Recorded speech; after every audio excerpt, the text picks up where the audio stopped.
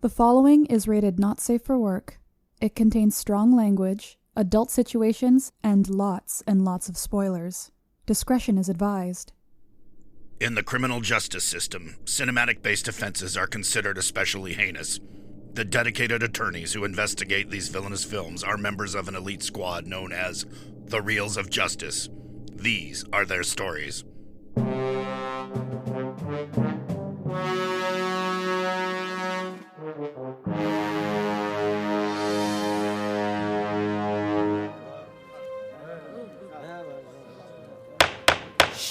Order, please, order. The Reels of Justice is now in session. Judge Maynard Bangs presiding. Your eyes for the Honorable Judge Bangs. Be seated. Welcome to the Reels of Justice. Today we are hearing the case of The People versus Immortal Beloved, a 1994 biographical drama that explores the mystery behind Ludwig von Beethoven's love life, Beethoven, when an unsent letter is found after his death. For those of you unfamiliar with our court proceedings, we are here to determine if this film is guilty of being a bad movie.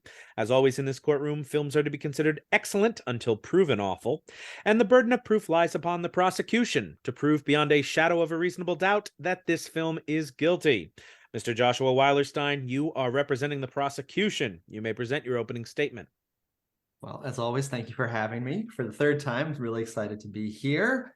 So I want to preface this by saying that as someone who spends a not insignificant amount of time devoted to studying, listening to, and performing Beethoven's music as a conductor, that this was probably a bit like a lawyer reviewing an episode of Law and Order. So I want to acknowledge that this movie was not necessarily aimed at someone like me. But with that said, this movie got three things right from a historical perspective. And those things were, his name was Ludwig von Beethoven, he was born, and he died. Oh, other than that, he did play music, right? Yes, he did write music and play the piano also. Okay, so 5 things. Other than that, this is a piece of total historical fiction or even fantasy. For example, none of the women portrayed in the movie were in relationships with Beethoven as far as we know. Beethoven did fall in love constantly, but it was almost never returned. And we know with a fair degree of certainty that he never had a long-term relationship in his entire life. We all have that in common with Beethoven. That's why Big Ben's defending this so hard. Get it, Beethoven. Get it, Louis. The Immortal Beloved, the subject of the movie, is a real-life mystery woman. Okay, so 6 things. In that we truly don't know who she was. But we know who she was not, and that was Johanna von Reitz, who the movie portrays as the secret Immortal Beloved. I could go on, but I'll save that for the exhibits. But my point is not that the movie was bad because it's historically inaccurate. One of my favorite movies about music, Amadeus, is also incredibly historically inaccurate, but it gets 2 things right. One is that it somewhat accurately describes what we know about Mozart's personality, a bubbly, silly young genius. And more importantly, it gives us a true understanding of why Mozart's music was so beloved and why people put up with such a stubborn and difficult man. And this is a contrast to The Immortal Beloved, where even though we know Beethoven was not easy to get along with, the movie portrays him as an abusive and violent lunatic. And also, more importantly, they give you no reason to love his music other than to play some random clips from his most famous works. Instead, we are left to wonder, why does anyone put up with this man? And my main objection to this movie is that the real life story of Beethoven is so much more interesting and so much better than this portrayal. And I'll save that also for the exhibits. So in the end, I have no problem with historical fantasies about real life figures when they are done well, as in Amadeus. The problem is when they are done badly, as in Immortal Beloved, a, may I say, mortally flawed film. Very clever. Thank you, Mr. Weilerstein. Appearing on behalf of the defense is Mr. Big Ben Haslar. Please present your opening statement. Well, I hope he sticks to this historical inaccuracy claim that he makes, even though he keeps upping the number of accuracies that he thinks are okay in this film. But he did spent most of his exhibit saying that it was inaccurate. So I was prepared to sort of make this my sort of retribution for The People versus The Last Samurai, where you people unjustly voted that film down because it was seen as historically accurate, even though it portrayed great music, great acting, and great emotional depth. The same can be said for Immortal Beloved. So I think that this will be a spirited showdown, and I hope to get him to at least 10 things that are historically accurate about it. Thank you, Your Honor. 10 things I liked about you. Thank you, Mr. Haslar. Mr. Weilerstein, you may proceed with your first exhibit. Well, okay, I will start by talking about something that is portrayed inaccurately in the movie where the accurate story is better. And that is... Objection, he said he wasn't going to do that. Overruled. Oh, Let them talk. At the end of the movie, the Johanna character says that she was convinced to speak to Beethoven again because of the Ninth Symphony, which is silly in itself, but I will leave out the bad writing part. What happened in the movie is that the Ninth Symphony is being played, the famous Ode to Joy, and Beethoven, for no reason, walks onto the stage like a person who should be locked up, and then suddenly just stands silently behind the conductor while the music is going. And then at the end, he doesn't notice the applause because he's deaf, and he's turned around to see the applause. The real life story is that Beethoven actually conducted that performance, which was a fiasco because he was deaf and he could not hear almost anything in the music. Now, what the amazing thing is that he kept going the whole time, and the orchestra had hired a conductor to stand behind Beethoven discreetly to conduct through, so the orchestra knew how to get through the piece. Beethoven did not know this. At the end of the piece, Beethoven was 12 bars off from the rest of the orchestra because he did not know what was happening on stage. So the soprano soloist, by the way, there's no singers on stage, I don't know why, for a performance of the Ninth Symphony, she walked over and pulled Beethoven's arm and turned him around to see the audience roaring with applause, and Beethoven was left in tears. It was the most moving experience of his life, and the movie makes it out like he was a slightly crazy man who walked on stage instead of this amazing, totally moving story that I always come back to when I conduct the Ninth Symphony. So that's my first exhibit. Have you ever looked behind you while conducting the Ninth Symphony to see if there's another conductor? I think the orchestra sometimes has, but I'm not me. Mr. Haslar, what do you have to say about this? It sounds like truth is greater than the fiction.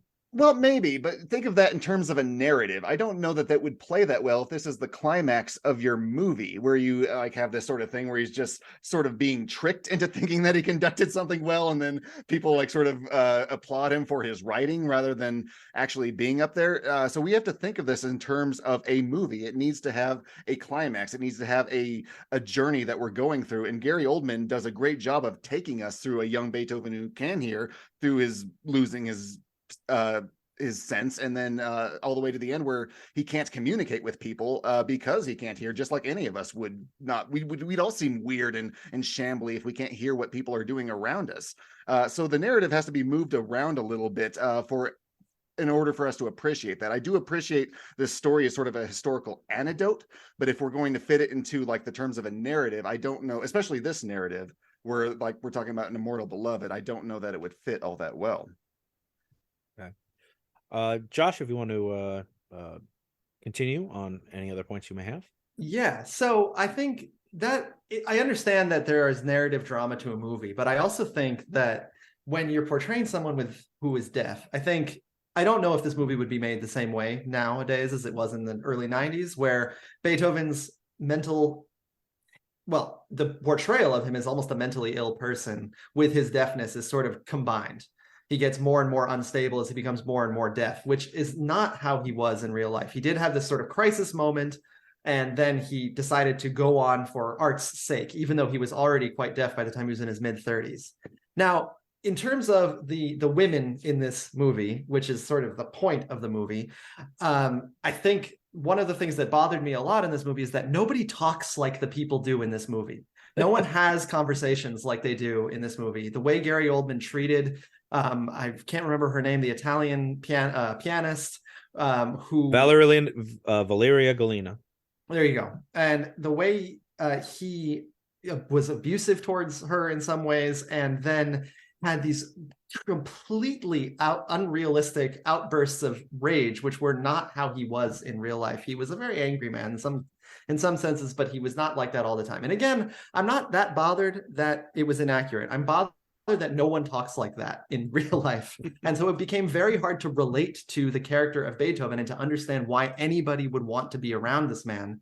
And then that connected to the idea of the music. What they chose to do is play a bunch of clips of Beethoven's favorite pieces, or not his favorite, his most famous pieces.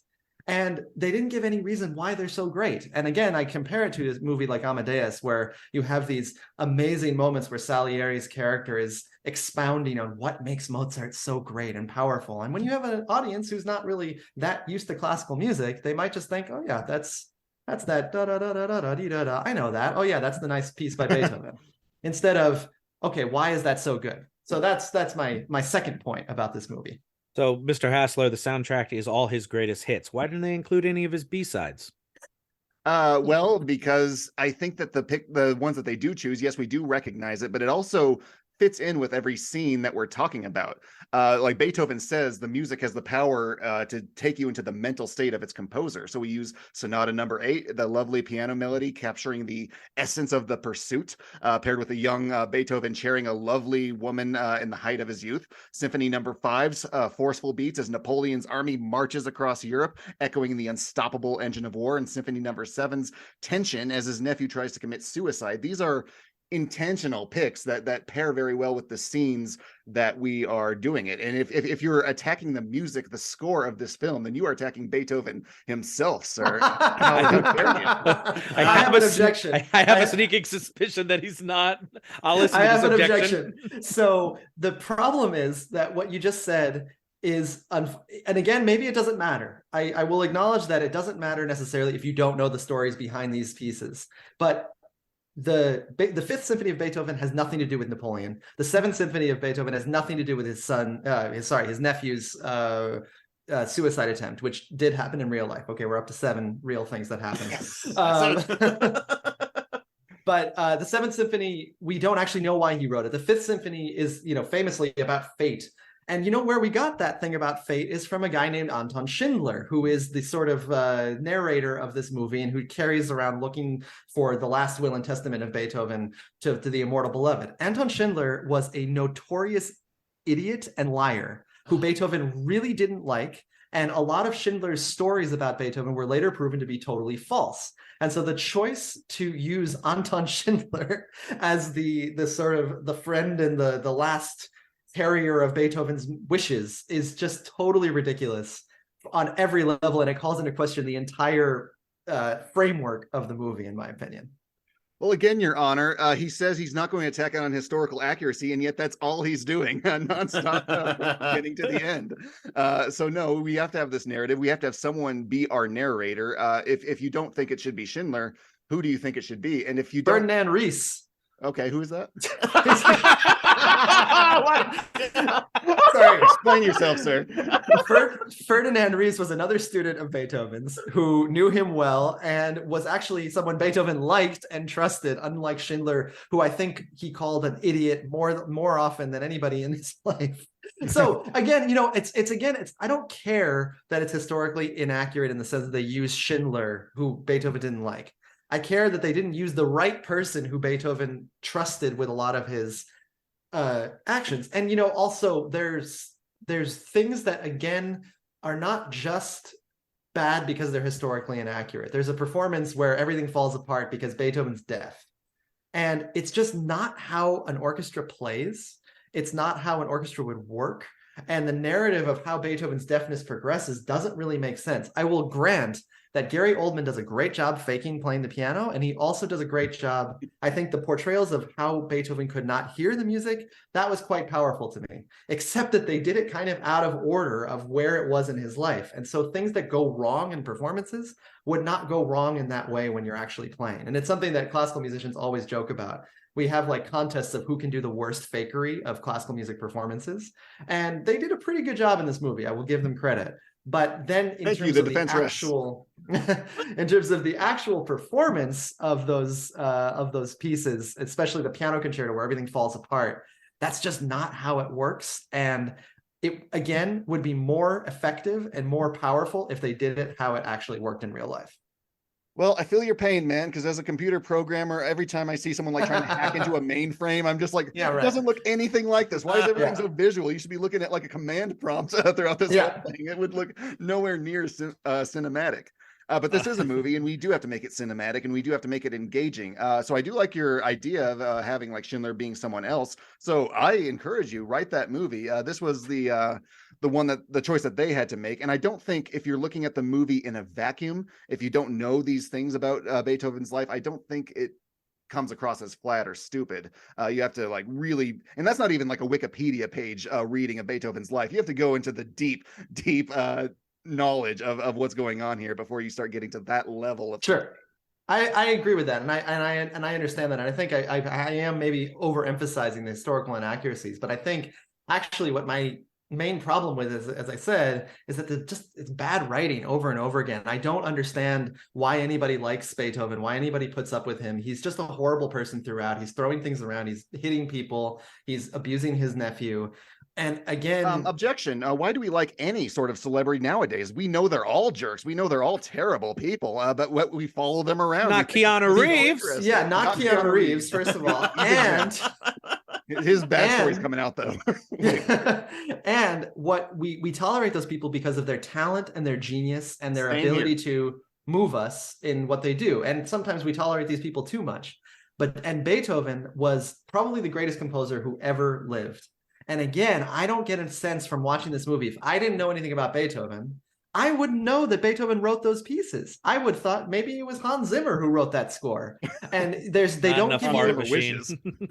don't give you enough of a sense that the reason everybody around Beethoven is so fascinated by him, so bowled over by his talent and genius. They barely even show him playing before he's deaf and everything's falling apart. They make him out to be somebody who was just a historical curiosity, someone who was a bit messed up in the head and also who was deaf. And these were not central narratives to Beethoven's life. He was always, always, always such a beloved in a lot of ways as a composer, and so appreciated as a composer by so many people, even people who didn't understand what he was trying to do. And over again, I kept saying to my wife as I was watching the movie, why would anybody tolerate this? Why is Beethoven's music so good? How would anybody understand what makes Beethoven such a compelling figure? I'm going to ask a question from the bench, Mr. Haslar, because we have determined that the film is historically inaccurate. What I'd like to hear from you is what is the point of taking those creative liberties with the story? Well, because the Immortal Beloved, like we need to have something that guides us through this thing. Because if it's just like sort of a biopic, we tend to get into a lot of tropes, especially if we tend to be historically accurate about it. The film becomes very boring. So we need to have a hook that gets us interested. And the Immortal Beloved at the beginning of that is that necessary through line that takes us through there. And I would challenge you to come up with anybody who would go into this film not knowing who Beethoven is, or not knowing at least the fifth. We all know it. So it's not like we would. Was it Ryan? Ryan, do you know about Beethoven? Did you know who Beethoven was, Ryan?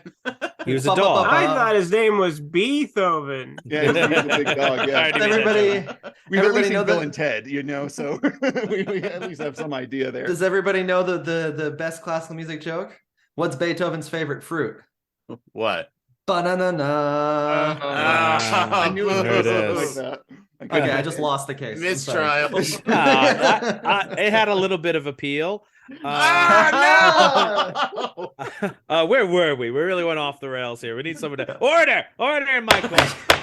So this mystery is like something, it's like the romance era equivalent of like People magazine. It's very gossipy. It gives us like something to sort of like hook into and like, ooh, who was this guy behind the scenes? Because we do know that he was sort of crazy. We do know, or he appeared to be crazy because he was deaf.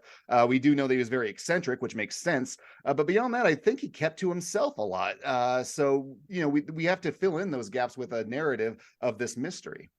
I'm fine with that. And I think and I'm very interested in who the Immortal Beloved was on a personal level. And I've read a lot of books about it and all of this. Now, the problem is that the movie plays out like a Days of Our Lives episode. And it's constantly going into these such like silly Hollywood movie tropes about love and hate and eccentricity and genius that, again, give you no idea of like what is actually so great about them, except that they're eccentric. And that there's this constant thing about eccentricity meaning something, but it doesn't actually tell you what it means. And so it just devolves into this kind of cliches about genius and eccentricity that never really get you anywhere. And, it also doesn't help that the way they describe music, the one musical term they use when a pianist is playing a slow and beautiful piece is that it is too staccato and clipped. Those two words have nothing to do with the music that he was playing in that clip. That's choppy.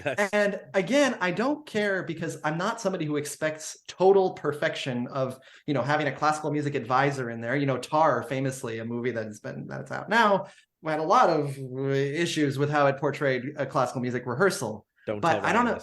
I don't have a problem with that per se, as much as when you get something like that so wrong, you're getting the whole narrative and framework wrong about this person. And so if you want to make a movie about a crazy genius composer who left all of his money to a mysterious woman who we don't know about in the search for her, great. Just don't make it about Beethoven.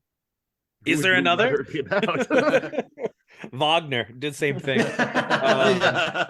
Don't get me started about Wagner. I think you just won this case for me because you insulted Tar and Kate Blanchett. So I know I have at least one juror in my pocket now. Hey, no. I have no problem with Tar. I think Tar is a really interesting movie, but there are some issues with how they portray script. But it's better than this movie. They get a lot more things right than this movie does. Tar is not on trial yet. Mr. Haslar, any responses? No, I agree that it's inaccurate. I think I would just be repeating myself if I attacked it on that. Mr. Weilerstein, any further exhibits you'd like to present? No, I think I made my point, so I'm good. All right. So the prosecution rests. Mr. Haslar, you may present your exhibits.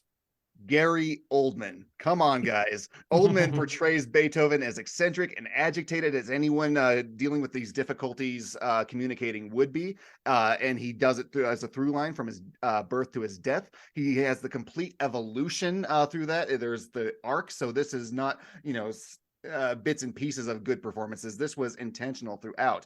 Only Gary Oldman, well, maybe not only, but he's one of the few actors that can portray this in a world that everyone was talking about Forrest Gump in that year. Life is like a box of chocolates. No, give me Beethoven. Oh, I pounded the desk. I'm sorry. Beethoven is the passion. Beethoven pounded the desk a lot. It's okay. Yes, it's okay. yes. You can do it. I will too, with emphasis. That's historically accurate. Number 8. So close. Who can't help but feel for Beethoven going deaf, laying his head on the top of the piano to feel the notes that he can no longer hear through his ears as he plays Moonlight Sonata, a melody so filled with melancholy that the character is tormented by in that moment, or his frustration trying to conduct an orchestra that he can't hear, asking them to start again and again. You can feel his desire to pass something on, to imbue his nephew with some of the power that he possesses when the nephew doesn't wish to be a composer. Or how about that scene where the nephew can't hear, but he leans back on his bed, his body ailing, and he still hears the notes in his head. This is an excellent performance that I think, even if the rest of the movie is bad, this performance alone should elevate it to not guilty. So, Weilerstein, how do you feel about Gary Oldman's performance? I think Gary Oldman was fine. And I really was impressed with how he faked playing the piano. And sometimes I thought actually he studied the piano because it was very well done. And I give him a lot of credit for that because it's not an easy thing to do. And there's been a lot of hilarious failures in that regard in movies throughout time. With that said, I think that he, again, maybe this might have been a choice of the director or Oldman, I don't know, but he played him too erratically to somebody who would actually be around in that time. I think if somebody behaved as Beethoven did at that time, in the way Oldman portrayed him, I don't know if he would be allowed to walk on the streets. Rich and famous are always exempt, sir. Rich and famous are always exempt. Beethoven had these weird relationships with authority and with power, and he was very good at actually getting himself in good with people who had power. And he would always behave very well. He chose to behave badly when he behaved badly. And exactly. And this movie portrays him as so erratic. And I think that is a problem of the director, not Gary Oldman. I think Gary Oldman is just doing what he's been asked to portray, but I don't think that is an effective portrayal of an eccentric person. I think it's a caricatured performance of an eccentric person. Mr. Haslar, would you like to respond or move on? No, my last exhibit will be the emotional depth. So I kind of both love and hate this film for starting it off with no sound, because in this modern age, I was like convinced my sound system was off. That was an intentional choice, because it's like we can hear like the musical notes from these studios as it plays these title cards. So to put that from Beethoven's perspective, where we can hear it in our heads, but we don't have it playing actually, was such an interesting and I think good choice. We got beautiful sweeping views of Vienna. This is like, it shows the grandeur of the 19th century, and it just makes me want to hop into a time machine and just take it all in, this world that Beethoven lived in, and giving us a scene from his perspective as he tries to play the piano and can't hear as he conducts the orchestra that's now unresponsive, but he can understand the ridicule of the attendees as they're like laughing. This is a multi-leveled thing that's happening that sort of understands how someone who's losing their one sense that you would think that they would have would be going through. Nothing is by accident in any of the emotional depth, writing, directing, storytelling, and acting in this film. And on that, the defense will rest. All right, both sides have rested their cases. We will now present our closing arguments. Josh Weilerstein, you may begin. So as Ben was talking about this, I remembered the two parts of this movie that I liked, which were the two times where Gary Oldman reads Beethoven's actual words. And he reads from the Heiligenstadt Testament, where Beethoven considered committing suicide because of his deafness and decided because of his art that he would go on. And the other quote that is from Beethoven is of this letter to the Immortal Beloved, this mystery woman who we will probably never know who she was. This woman who Beethoven was madly in love with, almost desperately in love with. And those were the two moments in this movie that moved me, when they used Beethoven's actual words and his actual expressions. And of course, a movie cannot be made in about a person who lived in the 18th century with accuracy of every word he ever said. But when the difference between Beethoven's actual words and then the script that was given to poor old Gary Oldman is so vast, the gulf in expression, in power, in accuracy, in meaning, I think this movie really missed the mark with Beethoven and really did not do justice to such an unbelievably powerful figure in the history of music and the history of art. Thank you, Mr. Weilerstein. Mr. Haslar, you may present your closing argument. Immortal Beloved is... Oh, I'm sorry. I'm getting a call. Oh, hey, it's Beethoven. He's calling me from my cell phone that can send signals back through time. And you don't put one of the world's greatest performers on voicemail. Hold on. Hey, Louis, my man, how's it going? Yeah, we're talking about it right now. Weilerstein still hasn't withdrawn his case. I did. I told him about the emotional depth and how it captured the intense turmoil. And I'm sorry, what was that? Yeah, beautiful cinematography too. I talked about it, how it captured the world. I'm sorry. I agree, sir. It is a heartfelt tribute to your life and work, and anyone who loves the essence of your music and the spirit should be taken away by it. I know the deliberate pacing is very reflective of your composing style and of its symphonies. That is such a good point. It's a dedication to your craft. Absolutely. Yeah, I'll tell him. Oh, but one quick question before you go. Who was the Immortal Beloved really? Because I have a theory that it's... Oh, I guess he hung up on me, probably to yell at his housekeeper or something. Anyway, thank you, Your Honor. How did he hear you on the phone? Right, I was gonna say, exactly. it's a time-traveling cell phone, Ryan. Is that where you're gonna draw your line in the sand? Is that MCI or? Oh god. Okay, I'll give you. That's the real Sprint. 9 things are accurate is that he did have a bad relationship with his housekeeper. I'll give you that one too. But no So cell close. phone. No cell Thank you phones. all. Members of the jury, Mr. Dylan J. Schlender, Mr. Maynard Bangs, and Mr. Ever yours, ever mine, forever, my immortal beloved, Ryan Luis Rodriguez. You have all heard the facts concerning this case. It is now up to you to determine if this film is guilty of being a bad movie. The bailiff will escort you to the deliberation room to render your verdict. I heard many people told Beethoven he'd never be a great musician, but did he listen? Oh, no. Come on. Who wants to? Oh, that's form worse than in? banana.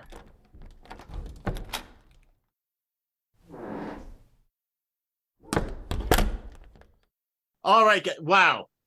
Excellent case. I was really excited when Josh said he wanted to do this movie because obviously he would be the man for it, and choosing to prosecute, you knew there had to be a lot there, and he brought a lot. But Ben put up a very good fight. I mean, I think he put on a better case than maybe I could have mustered for this. And I know quite a bit about Beethoven and classical music as well, but Ben, I think, really focused. Yeah, exactly. Well, I'm something of a classical music expert myself. You have not to be dialed, Dylan. Not to brag, I happen to be close friends with Josh Weilerstein. So no, but it's because I am very passionate about classical music. I love it. The history, everything about it, it's very important to me. So I thought this was a really important case, and both guys did very well. So what are you thinking, Ryan? I think it was interesting that this movie is Citizen Kane. Yeah. It's literally, if you take The Immortal Beloved and you swap it out with Rosebud, it's the exact same movie, which is not necessarily a criticism. It's just something that definitely stuck in my craw as I was watching it. But it's a very handsome production. Like, every frame has some interesting visual element. And I was surprised to find out that the director also did Candyman, which does not sound like it makes sense, but I guess it does. And I thought that the integration of the symphonies was tremendous, even though I can only acknowledge them having popped up in other movies. I couldn't tell you what any of them are called. I could say, oh, that's the one from Die Hard. Yeah, I know that one. This is what happened. Nice. But then you also have like great supporting actors. You have Isabella Rossellini, who's amazing in literally everything she's in, and then Barry Humphries, who just passed away, R.I.P. I enjoyed this movie. I gave it a gentleman's 6. Oh, okay. Maynard, what are you thinking, my friend? Well, I wish we had gotten to talk a little bit more about Valeria Golino. She was wonderful in this. You have 3 minutes. Go. That's not enough time. She's my immortal beloved. But yeah, I said the same thing as Ryan during this. Like, I realized, this is just Citizen Kane with Beethoven. And at the end, we're gonna find out the Immortal Beloved was just his fucking sled. But I was excited when you said we were going to watch this movie because I love that little Saint Bernard, but this was very different from that. I think no Charles Grodin to be found, not acceptable. Exactly. I think this comes down to, superficially, this movie, it has everything. It looks great. Obviously, the music's great for all the reasons that it is. The performance of Gary Oldman is great. Whether or not that's accurate, he was clearly doing what the script told him to do. And so he was doing that well. What this comes down to is the historical accuracy for a reason. Now, I also have no problem with historical fantasy, right? The problem is this story didn't cohesively hold together to me. It's like, well, if your Immortal Beloved was, this ex-wife of your brother's, when he passes away, you have a perfect time to swoop in and raise your son together and live happily ever after. Why don't you do it? There was nothing stopping you. You're rich, you're powerful, you're famous. She apparently loves you, and why can't it happen? And so that didn't hold together. But at the time, I was like, well, history doesn't make sense, I guess. Why was it like this? And then it turns out it was crap, and it didn't happen. And that bugged me more. It's like, well, then if you're gonna make up something, why did you make up something that doesn't make any damn sense? So that kind of bugged me. And then, all the other points that I didn't realize that Josh brought up is like, this is not how conducting works. And the story about Beethoven actually conducting the Ninth was way better than what they put on there. So I found all of that pretty interesting. So I'm struggling between the substance of the film, which I think is a bit lacking, versus the sort of aesthetic beauty of the film, which I think is there. No, I agree. Because like Oldman's performance is really good. I mean, IMDb and said Golino, don't forget her. Well, IMDb said he actually was playing the piano, so I don't know if he was necessarily faking it. He said they learned, but that's amazing. So he did. So that was really strong. I just have some biases that are hard for me to check, just because the historical stuff it just means a lot to me personally. And if Weilerstein didn't bring it up, I wouldn't let myself weigh it so heavily, but he did cover it. And then also I thought another good point that I wasn't really considering was the inability for the movie to explain why the music is beautiful in a way like Amadeus does, right? Like they just throw it out there. It's like, well, it's Beethoven, so you know it's good. Self-evident. Yes, exactly. That the movie tried to make it so self-evident is like her just saying, but after listening to the Ode to Joy, I had to forgive him. It's like she didn't really express how that moved her, or how at the time a piece that big would have been just something completely ridiculous, like they didn't really go. I do want to clarify, there were singers on the stage for the Ninth. They were back behind the orchestra. They were standing on risers. I saw them. There was the chorus, but there are four soloists who usually stand in the front of the stage. Oh, okay. Well, now I'm guilty. Yeah. So even though I'm the foreman, actually, I don't mind locking. No, you don't get to lock in first. Oh, okay. One of us. Then you do it, Mr. Maynard. Let's lock in. Well, like I said, I think there is a lot of surface level to like here, but then when you scratch under that surface, you find all those problems, like the fact that they cast they had the narrator be Schindler, who apparently was a total bastard and wasn't a reliable source for any of this stuff. He was a terrible choice for this narrator. Yeah, and I love that Weilerstein had another guy's name. Yeah, and they had other options, right? They had the peanut butter cup guy, Reese's, and so they had other choices to make. They could have made the Immortal Beloved someone that made sense. They could have made, like, over and over this go, like, why are people letting Beethoven act like this? Like when he's raving in the streets and dragging his nephew through, he hasn't played a concert or written anything according to the film at that point in 5 years. He's washed up as far as society should be concerned. He shouldn't be allowed to get away with whatever he wants anymore, according to the film. He shouldn't be allowed to be raving lunatic because he's not producing anymore. So, so many things didn't hold together. And going in, I thought, well, but that's supposed to be history, right? And then it turns out it's not.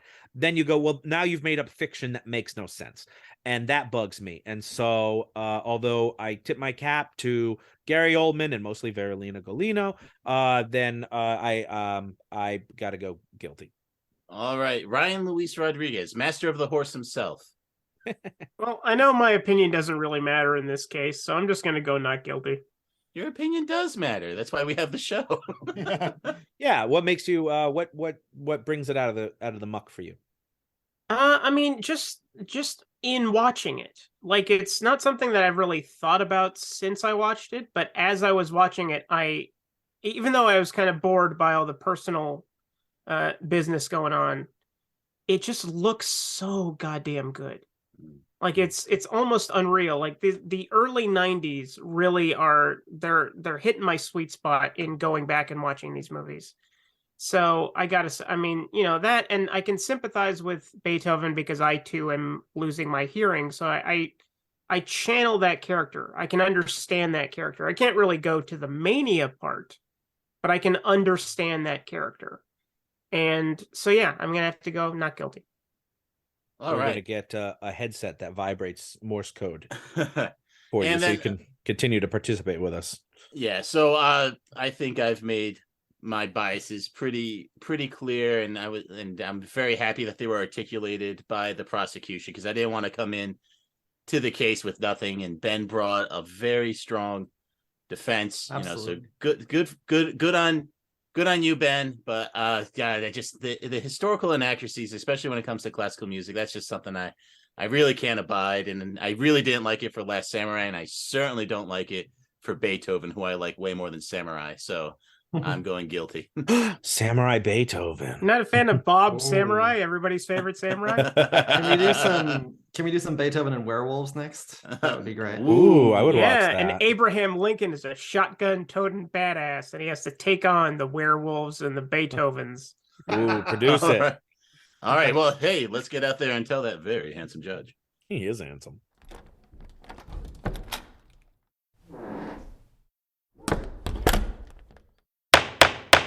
Mr. Foreman, have you reached a verdict? We have, Your Honor. In the case of the people versus Immortal Beloved, we find the defendant guilty of being a bad movie. He really dropped that accent pretty quick. Yeah. did Oh, it yeah. not? I thought I it- do declare I'm saying this is how we talk down here. Yeah. The verdict is so rendered. I did not write a verdict. I completely forgot. I hereby order that we make a biopic about Wagner, and we base it on Casablanca. Court is adjourned.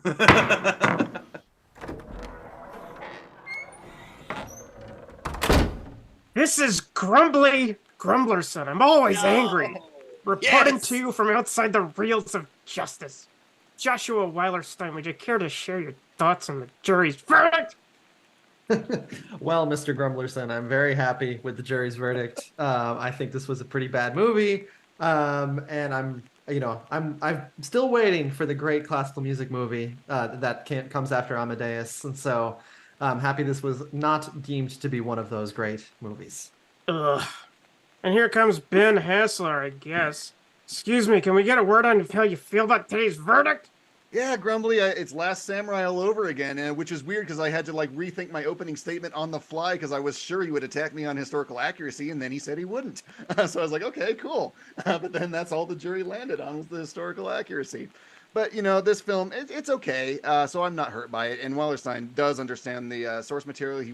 I love listening to him talk about it. I love these kind of cases for Reels of Justice. I wish we'd kind of get away from horror, except for the October months. But is this horror? No. It was a horror for me. We do horror nonstop, and this was nice to have a breather from that. I love these sort of high-minded historical films. So hopefully the listeners will agree with me. What a bunch of crap.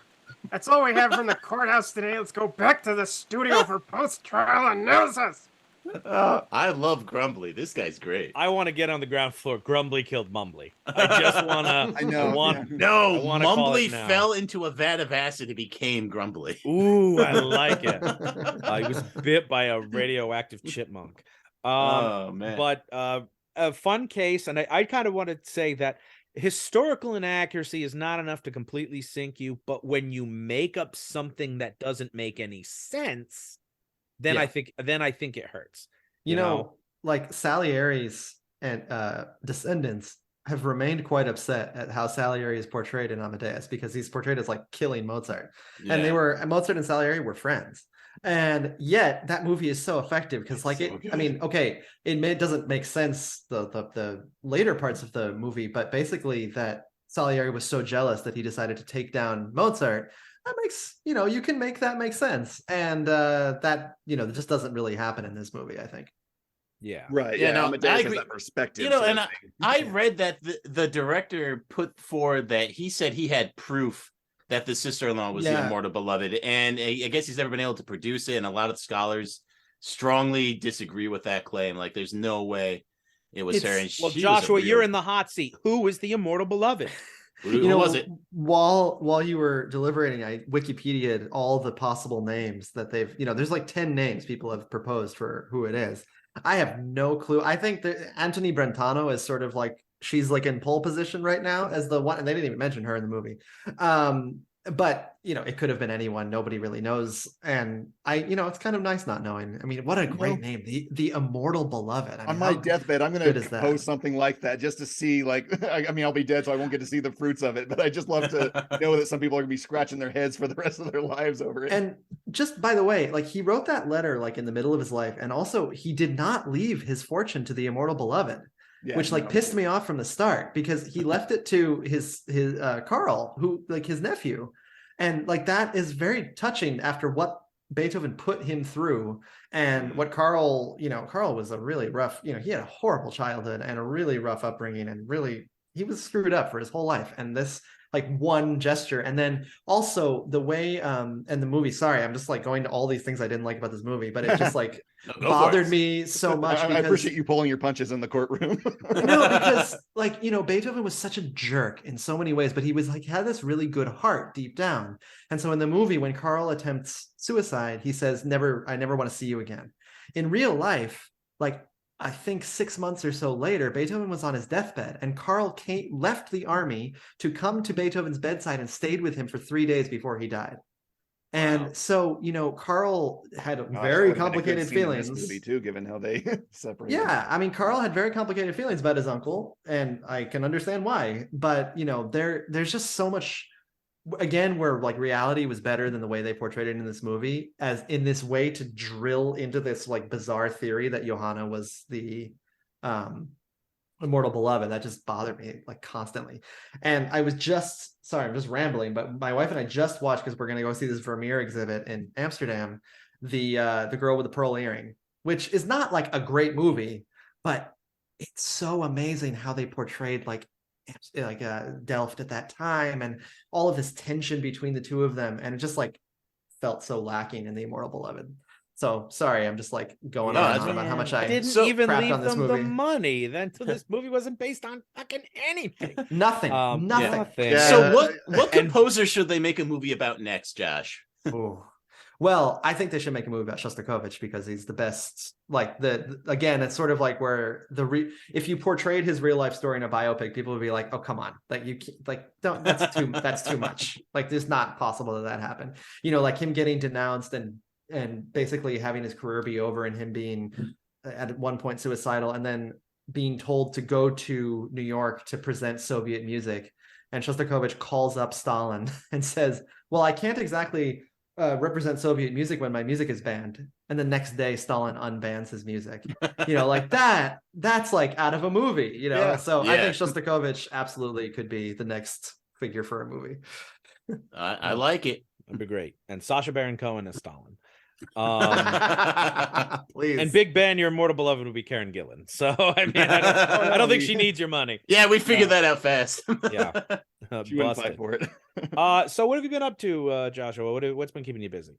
Well, I just last week did Beethoven Symphony number 4 in Stuttgart in Germany, and next week I'm heading to Dublin to do some Brahms and Rachmaninoff and Florence Price, and then I'll be in Boston, Amsterdam, Denver. Oh, sweet. More than a feeling. No, Denver. That's a great Yeah. choice. Boston, Amsterdam, and Manchester. So it's going to be a busy next month for me When's traveling. Boston? When are you going to be in Boston? May 16th to the 22nd. And we're doing a program all based around Jewish music, all the way through the history of classical music. Yeah, but I think the next composer they should or conductor they make a movie about should be Joshua Weilerstein and his 4 movie-loving buddies traveling around the world solving mysteries. That would be awesome. That would be very cool. So we'll have to see if our schedules will line up. Now, we always ask for recommendations from our guests for movies that you think people should see. So what is a movie you think people should see? A movie that I just saw, and I'm still, thinking in the classical music mood, as I wrote to Dylan, I should stay on brand and do a classical music movie, is Shall We Dance, 1937, Fred Astaire, Ginger Rogers, with Gershwin's music. Doesn't get any better than that. Nice. Any vacuum cleaners in that one? Oh, jeez. Dance with? No, And not it's a that I reference remember. for like 8 people.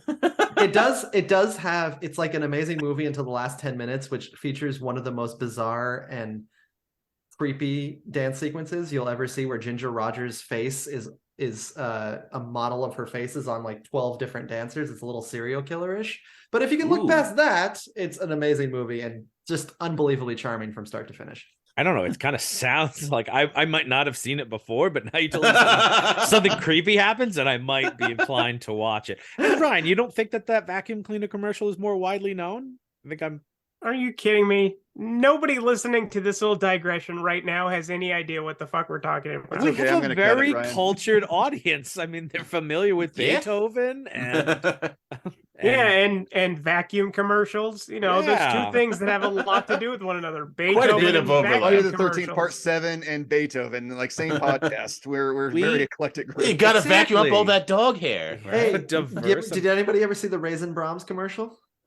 The Raisin Brahms. That sounds great. No. Raisin Brahms. That Yeah. is an amazing commercial. like Yeah. double scoop. That would be no, that would be funny. I would watch it. Is it with the little California raisins?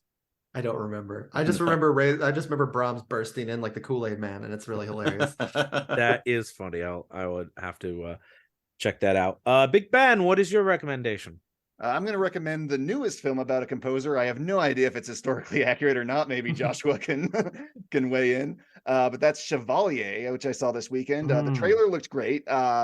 But when that opening scene had Bellone walking down the aisle of a concert hall to do a violin battle with Mozart powered by his own immense ego, I found him intensely dislikable, or unlikable, I should say. I was imagining someone going to Eric Clapton's concert and yelling, "Screw you, Eric Clapton, and I can play Let It Rain better than you can," and how confused the audience would be as this guy comes on and shreds it with on stage, despite the fact that he paid to see Clapton, but they're okay with it. But that aside, it was very good after that first act. The film gets better where we establish the goal for Chevalier to accomplish, to be composer of the greatest opera house in France, and all the ways the deck is stacked against him to achieve that goal. It does dip into some traditional biopic tropes here and there, but to achieve its ends. But for the most part, they work as we follow Chevalier from composer to lover to revolutionary as the French Revolution begins to heat up towards the end of the film. I'm sure a number of historical liberties were taken with the plot, like most biopics tend to. But I'm curious to learn more about this Black French composer who many people have tried to wipe from history. So you're saying biopics are myopic? We'll workshop that one. I think that's fine. It. That is the shop. Yeah, exactly. We've been talking about the French Revolution a lot today. Yeah, that keeps coming up. What a show. I'm going to lose my head over it.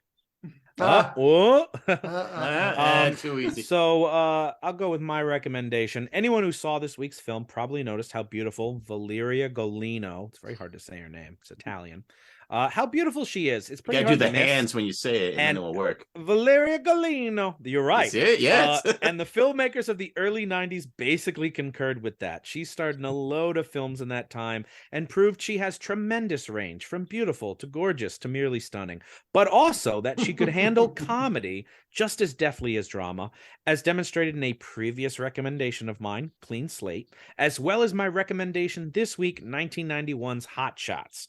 Starring Carrie, Princess Bride Elwes, and Charlie, Tiger Blood Sheen. It tells the story of a traumatized fighter jet pilot who must overcome his anxiety to complete his mission and foil the devious plots of an arms manufacturer.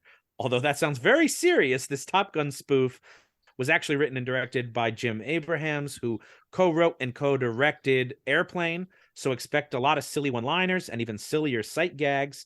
It also went on to inspire an even sillier yet, though less successful sequel, Hot Shots Part 2, although it holds a very special place in my heart because it had a really excellent episode of Movie Magic all about the making of it. Only episode I ever remember that show. And both movies feature beloved star of mostly just screen, Ryan Stiles. So Hot Shots is currently streaming on, of all places, Disney Plus. Ryan, why? Because they own Fox. They own Fox since when? Yeah, they did get that, didn't they? Yeah, that happened. Anyway, that's the timeline we're living in. It's the worst possible one. Just wait till Ron DeSantis gets his hands on them. Sorry. Yeah. Don't date us. So Ryan, what is your recommendation? My recommendation this week is actually on topic. No. Mr. Beethoven loses his hearing over the course of Immortal Beloved, so I've selected another movie on a similar trajectory, and that is 2019's Sound of Metal. Riz Ahmed, in an Academy Award-worthy performance, plays a drummer for a metal band, hence the title, who begins to go deaf, dealing with the trials and tribulations that come with the territory, in a film that is intensely empathetic but never treacly or saccharine. Director Darius Martyr puts his audience in Ahmed's shoes. The entire film is open captioned for instance. And when his hearing begins to falter, the sound design takes over, and this is one of two areas from the production side that actually took home Oscars, the other being editing. This one really hits close to home for me, and I can't promise that it will hit you quite so hard, but I cherish it, and ultimately, that's what matters. I don't give a good goddamn what you think about it. Sound of Metal is currently released on 4K Blu-ray from the Criterion Collection, which is amazing, but you can be a deadbeat and stream it on Amazon Prime. You still have to pay to get Amazon Prime. That's not free. It's not like not if you use your friends. Not like But Tubi. it's Amazon. Man, are we recommending anything streaming on Tubi? What's wrong? Well, with we'll that? see. Are You'll you have your doing? chance. You Yeah, know, exactly. actually, I don't know where But, mine's streaming. Yeah, but you know, Ryan, thank you. It doesn't matter what our opinion on your recommendation is, but we value your opinion in the jury, even if it's not the majority opinion. It might still be the correct one. Now, Schlenzer, why don't you send us on home with your recommendation? I will. So I have a very on-topic recommendation, and that's Mr. Holland's Opus. It's a 1995 dramatic film directed by Stephen Herrick, which tells the inspiring story of a musician-turned-teacher who dedicates his life to enriching the lives of his students and discovers the true meaning of success. The film is a poignant reminder of the transformative power of music and education, and it is meant for anyone who values the arts and their impact on society. With outstanding performances from none other than Richard Dreyfuss and a talented cast of young actors, Mr. Holland's Opus is a moving tribute to the unsung heroes of our educational system and a celebration of the human spirit. And much like Beethoven, it features a deaf character or two. Nice. Yeah, his son goes deaf. Something about a fire truck. I have not seen the movie since That's when they 1997. notice he's deaf, is like when everyone plugs their ears. Oh, Like, well, yeah. I've never seen that movie. Isn't that funny? What? Oh, come on. That should be right in your wheelhouse. Now you know what to do after this. Exactly. Yeah, There Will well, Be Blood also has a great depiction of going deaf, right? Yes. The young boy. Oh, Oh, I yeah, think it so. does. I mean, I found that very moving when I watched it. Yeah. Yeah. Oh, that was a good movie. That would have been a good Great. recommendation, but none of us made it. Well, what are you gonna do? Actually, Big Ben can tell us whether we've already recommended that, or I think we actually No, I have. Probably. No, we have. You know, All that's right, true. next If you go to time. Big Ben's Letterbox, you can find the list Recommendations of Justice and watch any of the movies we've recommended here. It's true. And recently I put which one of us recommended something. So if you're looking at it and you're like, that's a little hackery, I think that's a Schlender pick. You can like click the little glasses button and like, oh no, Jeremy Black recommended that. What was he doing? What's he on? I wish Letterboxd let you search, or like that would be cool to search your list for just everything Ryan recommended, and then you could watch all the good movies. We could find a way to That'll be index another that. weekend for yeah. me. I'll make Ryan's recommends.